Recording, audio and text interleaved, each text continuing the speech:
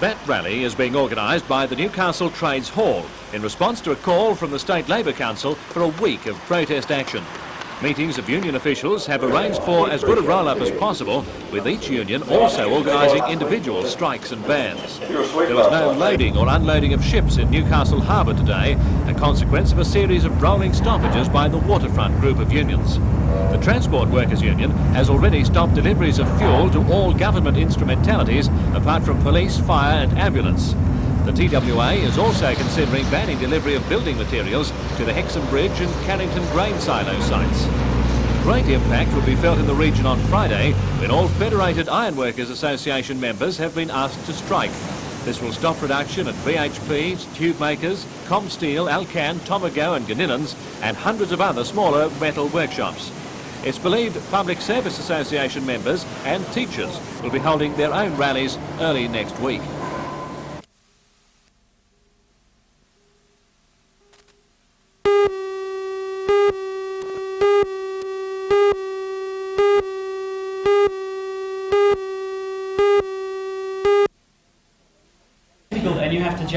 The Defence Force Careers Lecture Team consists of a representative officer from each of the three forces.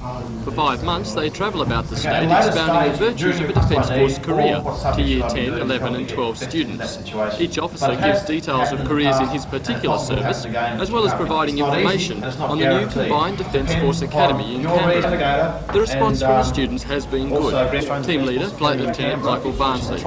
We've found that at most schools we've been to, the careers advisors have told us that there'll be about 20 or so students interested, but when we get there's up to 40, and we find quite a number of keen and interested students at each of these schools, so it has been fairly successful. A lot of interest here today? Yes, it was quite surprising. We were told once again that there'd only be 15, and we turned up with about 40, and quite interested students with very intelligent questions, which was good. The large percentage of girls present meant the officers had to cope with questions of when women would be allowed to fly, and offer their regrets for not being able to model the women's uniform. Flight Lieutenant Barnsley insists that the combined front does not mean the forces compete for recruits, and denies that the exercise is a response to any significant drop in officer enrolment. The Defence Forces by nature is a high turnover environment. We have to maintain a young, vigorous force, so it's just an ongoing thing that we have to do yearly to maintain the number of officers we have available.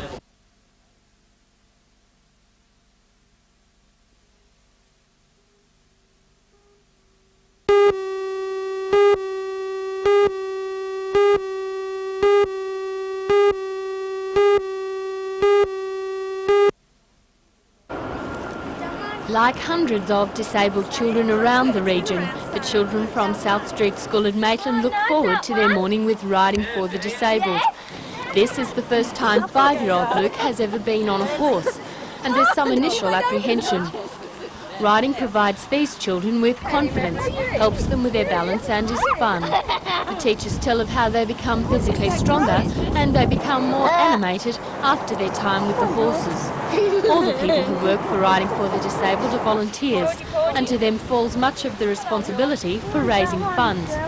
They want to improve the existing paddocks at the Raymond Terrace site and erect an awning over one paddock to allow riding in all weather.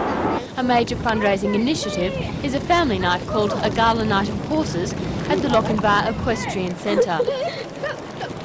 You might be wondering what this donkey's doing in an Easter hat. Well, she's one of the stars in the Gala Night of Horses to be held at Lochinvar this weekend. It's to assist the Riding for Disabled group. Ladybird, Muffy and Monkey are 3 of donkeys who'll parade their Easter finery on Saturday night. They're Braylings, that is, baby donkeys just 6 months old, and owner Diane Stanley says they're still a little frisky. They'll be joined by a full dressage display and a number of circus-style performances involving horses, as well as children dressed as Easter bunnies. The RDA group hopes to raise more than $1,000 from the evening.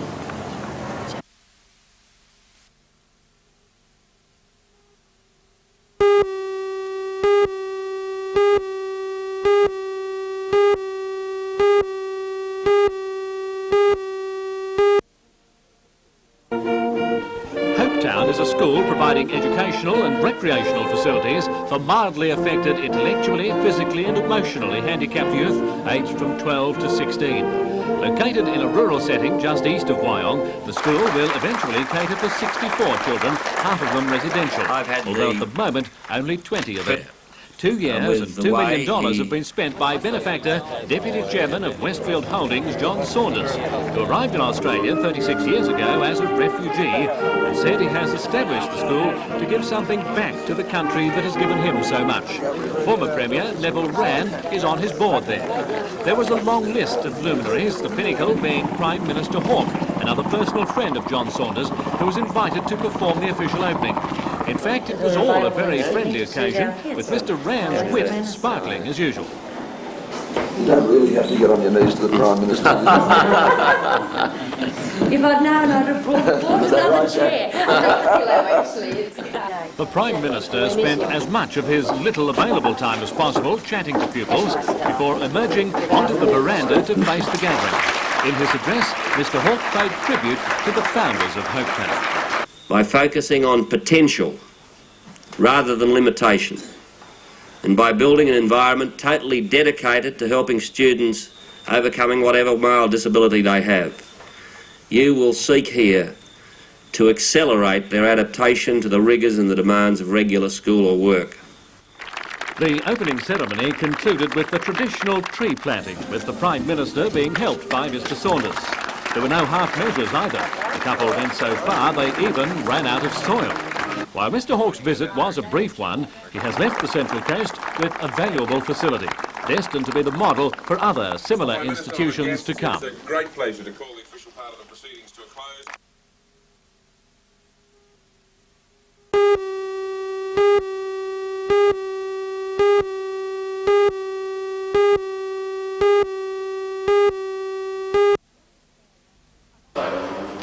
According to Barry Unsworth, far more children end up quadriplegics or paraplegics by diving into shallow water than playing rugby league. Speaking after what he described as a back-to-basics cabinet meeting in Cessnock, he categorically ruled out any ban on rugby league or any other contact sports in schools. He says the onus will be on improving training methods to avoid injuries such as the one which left schoolboy Stephen Watson a quadriplegic. It was a Supreme Court decision on Friday against the Education Department, awarding Watson $2.2 million compensation, which has brought the issue to the forefront. Mr. Unsworth says the government is still considering appealing against that decision. With the school football season set to start after Easter, a Cabinet subcommittee has been established to urgently consider the issue of compensation. One option coming under scrutiny is to bring it into line with the Workers' Compensation Act. This would mean that there would be an upper limit of $80,000 on claims, with an additional $40,000 for pain and suffering. It would be inappropriate for us to develop one form of compensation for people who are injured in occupational activity and develop another for people who are injured in sporting activity. Mr. Unsworth also indicated that the government was considering levying the parents of children who play contact sports. This was likely to be less than $10 a year. Given that the decision was only handed down late last week, we haven't yet received.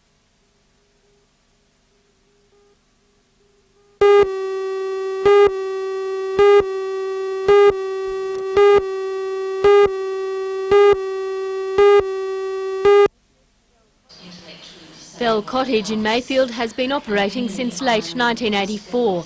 It provides a home and training in independent living, such as cooking, budgeting and domestic duties, for intellectually delayed adults. At the Town Hall last night, residents, their family and supporters, along with health and welfare workers, met to discuss what could be done to keep the cottage open. Member of the Management Committee, John Stevens, says crisis funding supplied since November last year has been withdrawn and the cottage will close its doors at the end of this month.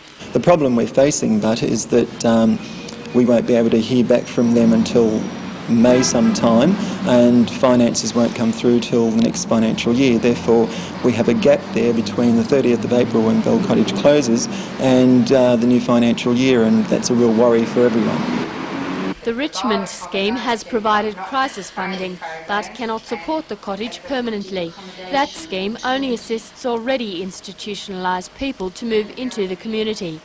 This home, which also provides training in living skills for people now living at home or already in independent living, and emergency hospice care, is in a funding no man's land.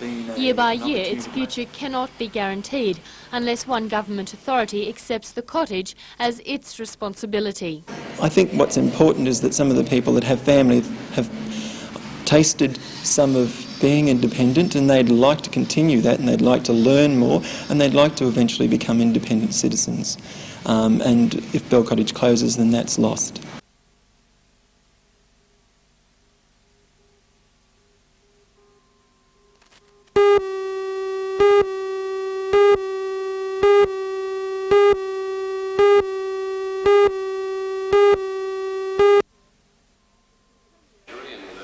The Premier announced that the super levy for underground mines has been abolished and that for open cut mines will be reduced to a flat rate of 50 cents a tonne. The changes will come into effect next month and will result in significant savings for coal companies, particularly those involved in underground mining, which includes most of those in the Hunter Valley. Some open cut mines are presently paying $2 a tonne in royalties. The announcement came a day before a 24-hour stoppage by the combined mining unions in protest at the government's planned changes to workers' compensation entitlements. The stoppage began at midnight. Miners' Federation executives met with the Minister for Industrial Relations, Pat Hills, at Cessnock yesterday to discuss the changes to workers' compensation. While the talks did not avert today's stoppage, the unions say some progress was made and they were confident of winning assurances that compensation provisions already detailed in mine workers' awards would not be touched.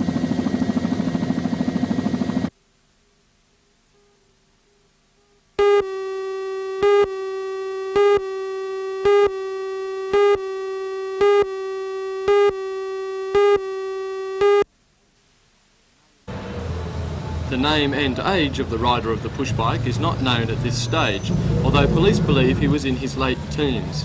He was riding south along the Pacific Highway near the Smart Street intersection.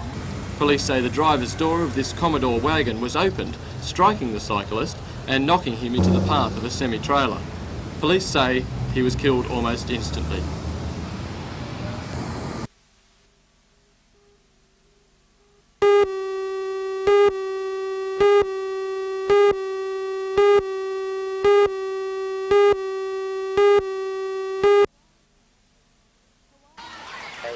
Koalas are not good travellers, so every precaution was taken to ensure the trip from Featherdale Wildlife Park west of Sydney was a smooth one. Home for the cuddly twosome is now this custom-built sanctuary at Gosford. With some friendly persuasion, they took to their new surroundings, which have been specifically designed for the VIPs.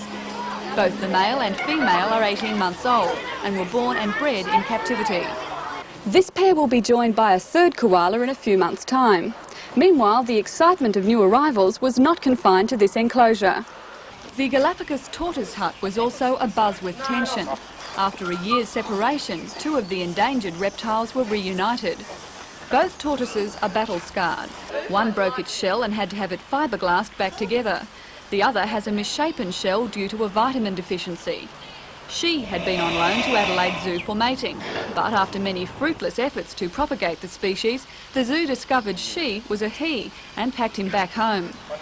Now, tortoises may live for over 100 years, but their memories are short. The happy reunion degenerated into a violent domestic, and the two must be kept apart. The park also boasts a new tiger snake pit. The man who loves his job is John Weigel. He is in charge of reptiles. He says great care has been taken to make the tiger snakes feel at home. We took several trucks up to the Oberon area up in the granite belt, up above the Blue Mountains, to get the sort of rocks and tussocks that tiger snakes normally live in. And we took a lot of trouble to get the right aquatic plants, and we've integrated tortoises into the pit because tortoises are found in the same sort of area. And I think we've come up with more or less a little example of the habitat they normally inhabit.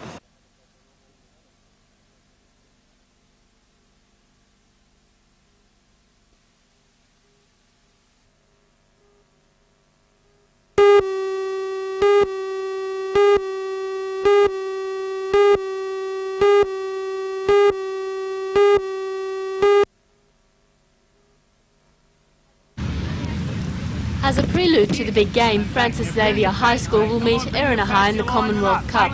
Both teams have done well in this most prestigious of schoolboy competitions in past years and promise an exciting and equally contested match on the night. At 7:30, the big boys take the field. Parramatta will suffer from the loss of some of their top players through injury. Sterling, Penny and Derek growth among them. North Sydney is at full strength and go into the match favourites. A huge crowd is expected to turn out for the night of football, a highlight of the season for league fans in Newcastle.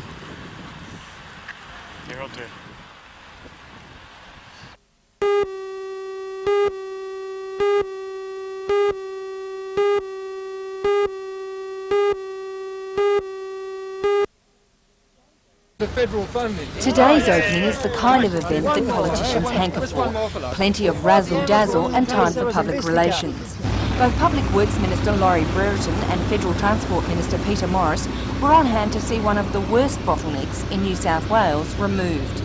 There is no doubt that this will not only eliminate a great bottleneck, but it will also make for much safer travelling conditions for all the mums and dads and kids going away on their Easter holiday break. And heavens only knows, anyone who's got the chance would certainly come north for the holidays. Despite the opening, the bridge is not finished. The approach, which takes traffic from the New England Highway, is still incomplete. That traffic will therefore travel on the old Hexham Bridge. And there's still only one lane open for southbound traffic. However, politicians didn't look at any shortfalls today.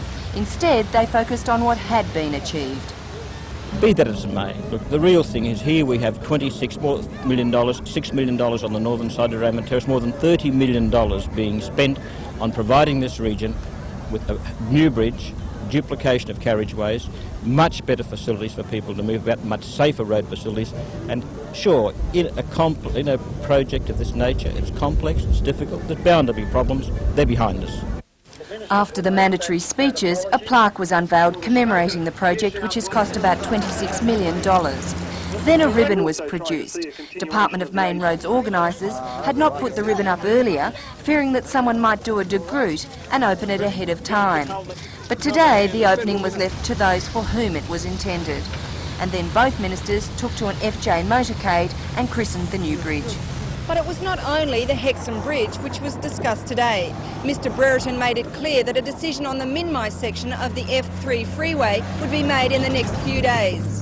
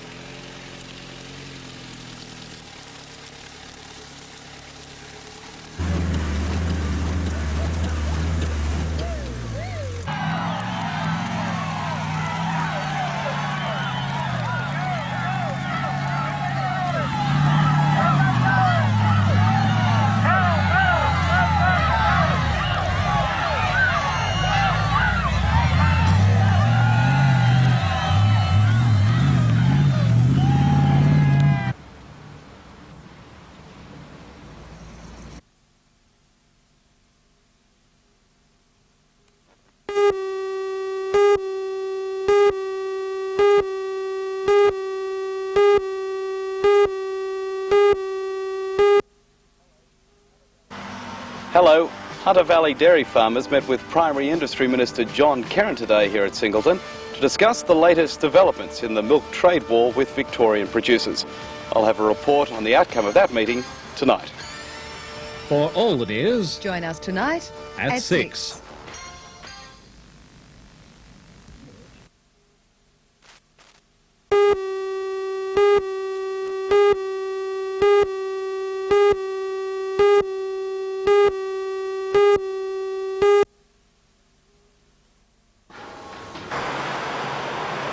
The Charlestown SIES had operated out of the Baptist Church premises around the corner for 8 years until the churches sailed this month.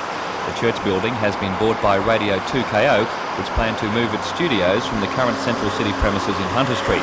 Today's opening by federal member for Shortland, Peter Morris, marks a new era for the SIES, which now conducts 32 six-week courses for unemployed aged from 15 to 25. Courses on offer range from office practices and typing to welding and woodwork. Senior Personnel Officer Patricia Whiting says the move to the larger premises has been a great benefit to everyone. So we have a lot more scope.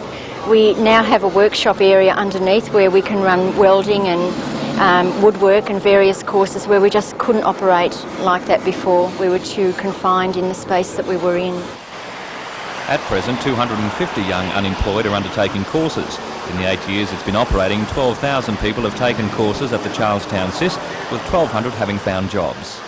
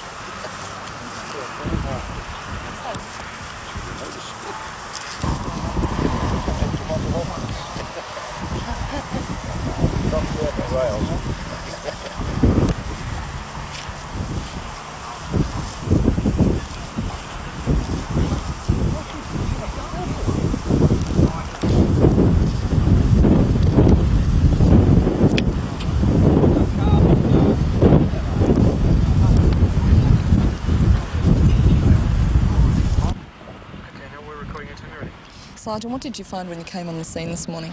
This morning about 9 a.m. There was a female body found there alongside the Throsby Creek, and there was a bra around her neck and bruising, along with stab marks in the abdomen area. Now there was also a pool of blood found.